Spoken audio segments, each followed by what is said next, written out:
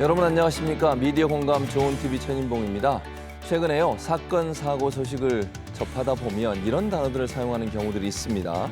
여학생, 여선생, 여경 이렇게 남성을 비교 대상으로 해서 성별을 표현하는 이런 표현들이 자주 등장하고 있는데요. 성, 인지, 감수성이 떨어지는 발언들입니다. 차후로는 이런 표현들을 삼가해서 쓰는 것이 필요하지 않을까 이런 생각이 듭니다. 언론은 우리 사회의 보편적 상식을 확대하는 영향을 끼친다는 점을 기억했으면 좋겠습니다.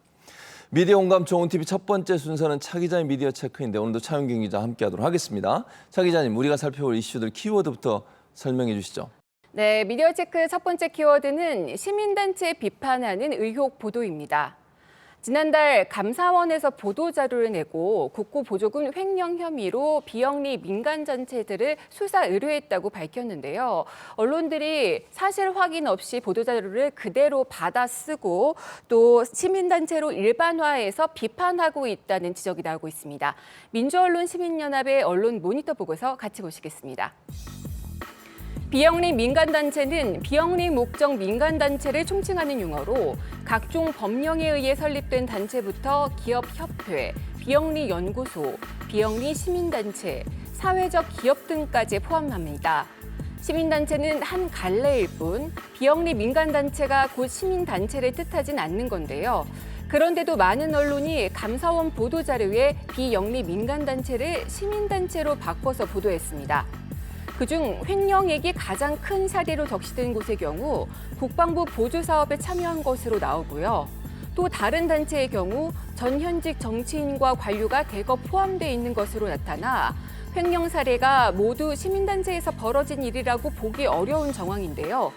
감사원 조사 결과를 전한 언론 보도를 보면 비영리 민간단체를 시민단체로 둔갑시킨 것은 물론 범죄단체, 혈세탄에 펑펑 쓴 식의 자극적인 표현이 대거 사용됐고 파렴치, 횡령 백화점 등의 표현까지 등장했습니다. 지금 내용을 보니까 횡령 혐의를 받고 있는 곳들이 비영리 민간단체들이잖아요. 그렇습니다. 거기에 뭐 시민사회단체도 있지만 다른 단체들도 많이 있지 않겠어요? 그렇죠. 그럼에도 불구하고 이렇게 다 묶어서 일반화시켜서 시민사회단체라고 얘기하는 건 문제가 있다. 근데 왜 언론들은 이렇게 시민사회단체로 묶어서 설명을 하는 것일까요?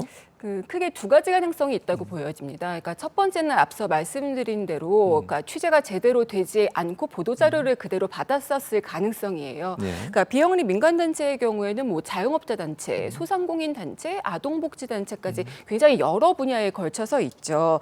그런데 이 보도자료에 나온 시민단체 한 곳만 취재 없이 그대로 이렇게 받아 썼을 가능성이 있고요. 또 두 번째는 의도를 갖고 보도를 했을 가능성이 또 있습니다. 이번 감사의 목적은 투명성입니다. 또 투명성은 예산을 집행하는 데 있어서 매우 중요한 기준이죠. 하지만 일각에서는 그 감사 기저에 비판 세력 힘 빼기라는 정치적인 의도가 있을 것이라고 지적을 하기도 하고 일부 언론들이 여기에 동조했을 가능성도 있어 보입니다. 결국 언론들이 이 부분을 좀 더 세밀하게 취재를 해서 명확하게 밝혀서 알려주고 보도하는 그런 자세가 필요하지 않을까 이런 생각이 듭니다.